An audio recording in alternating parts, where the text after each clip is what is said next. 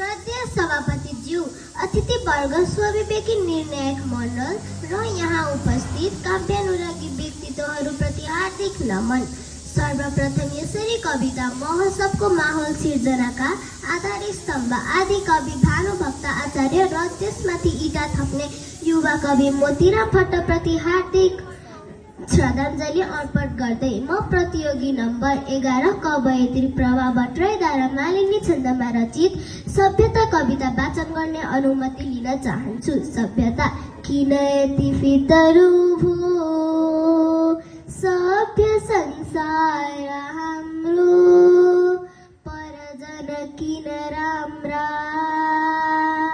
लाग्छ आफै नराम्रो। अब कति दिन उड्ने नक्कली प्वाख जोडी, तन मन त स्वदेशी भेषभूषा विदेशी। पर किन रोदी खैजडी लाग्छ खोटो, गुन्यो पनि हरायो भेट्छको आज फोटो। थङ डिस्को नाच्न कसले सिकायो, र समय घर पोल्यो औखरानी बिकायो। चहल पहल नौलो सभ्यताले बढायो, समय जति त खाने लाउनेमै बितायो।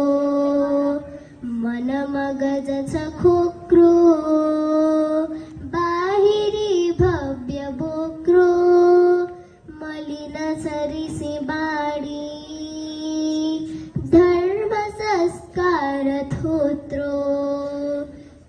तर पसिनाले कोट नेत्रुक पारा, लुग काम्दा पातलो वस्त्र जाला।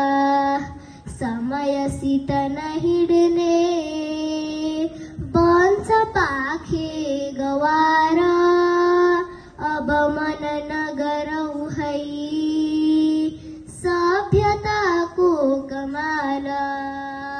अब मन नगरौ है सभ्यताको कमाल। अब मन नगरौ है